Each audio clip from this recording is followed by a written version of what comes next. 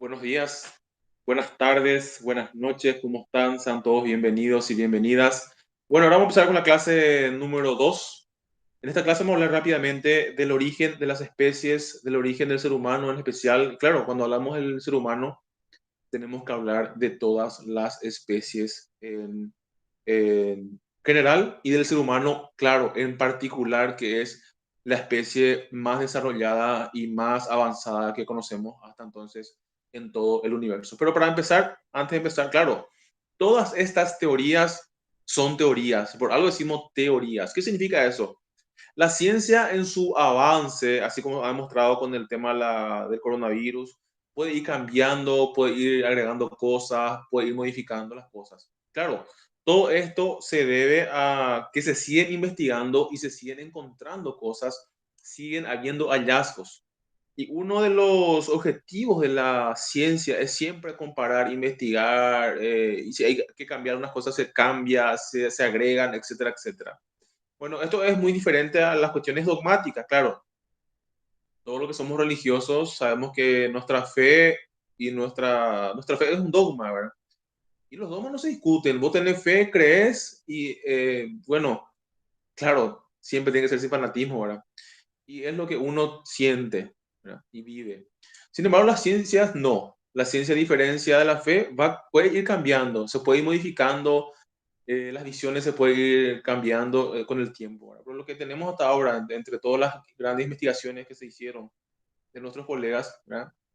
Tenemos la evolución del hombre que se ha no solamente teorizado, sino que muchas de las cosas se han demostrado a través de varias técnicas que se fueron dando y que se van dando a lo largo del año.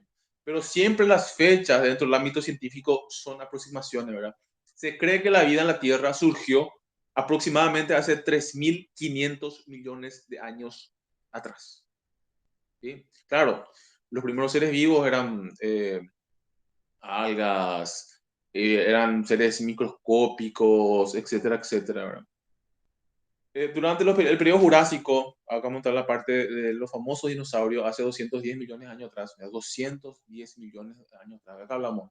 La vida apareció hace 3.500 millones de años, pero el periodo Jurásico, donde aparecieron los grandes dinosaurios, los grandes reptiles, fue hace 200 millones de años atrás. ¿Sí? Los que dominaban la Tierra, los que estaban por encima de la cadena alimentaria, fueron los dinosaurios. Claro, y esto fue cambiando, se fue modificando, otras especies fueron tomando ese liderato hasta que el hombre hace poco tiempo, si comparamos con la edad de la evolución de la Tierra o la edad donde aparecieron los primeros seres vivos en la Tierra, es muy reciente que el hombre esté por encima de la pirámide donde él tiene el dominio total sobre la Tierra. Bueno, hace 65 millones de años comienza el Paloceno, en el que proliferan los mamíferos. ¿Por qué es importante esta fecha?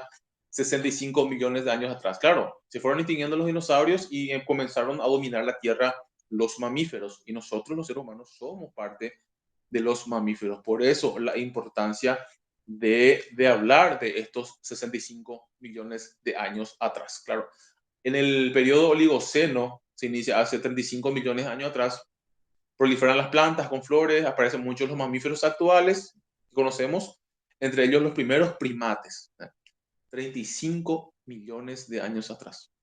Hace 25 millones de años, en el periodo Mioceno, se multiplican los primates, especialmente abundantes en toda África. Y ustedes saben cómo la característica principal de los primates es vivir en los árboles. Ellos no tienen como característica natural el vivir en la superficie o en las planicies, etcétera, etcétera. Este dato es muy importante, hay que tener en cuenta. Bueno, por alguna razón, la ciencia estudia y siempre va descubriendo cosas nuevas. Los primates tuvieron que abandonar los árboles. Se cree que por la sobreabundancia de primates, muchos de ellos, hace 14 millones de años atrás, aproximadamente fueron echados de sus hábitats.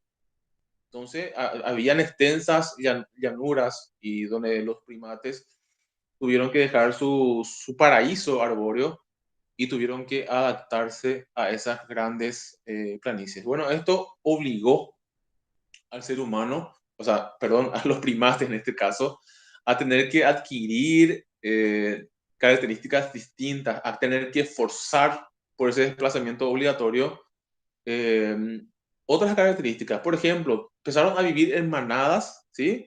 Y empezaron a forzar el erguido. Claro, los primates que eran, según la selección natural, los que eran más fuertes, los más dotados, se le empezó empezó a adquirir esa postura erguida. Entonces los más fuertes, los más dotados, fueron adquiriendo a poco esa postura erguida que le llevó al inicio de esa evolución, ¿verdad? De los primates al ser humano actual, que es el Homo sapiens, que llevó miles y miles de años. Bueno, ahí tienen en su material, que es a continuación de esto, tienen las siguientes explicaciones que parten desde acá. ¿Por qué le dejo hasta aquí? Porque este es el nudo principal para entender y empezar a comprender cómo se fue dando la evolución del hombre a través de miles y millones de años. Bueno, mucha suerte y que sepan siempre hacer el bien sin importar a quién. Muchas gracias por todo.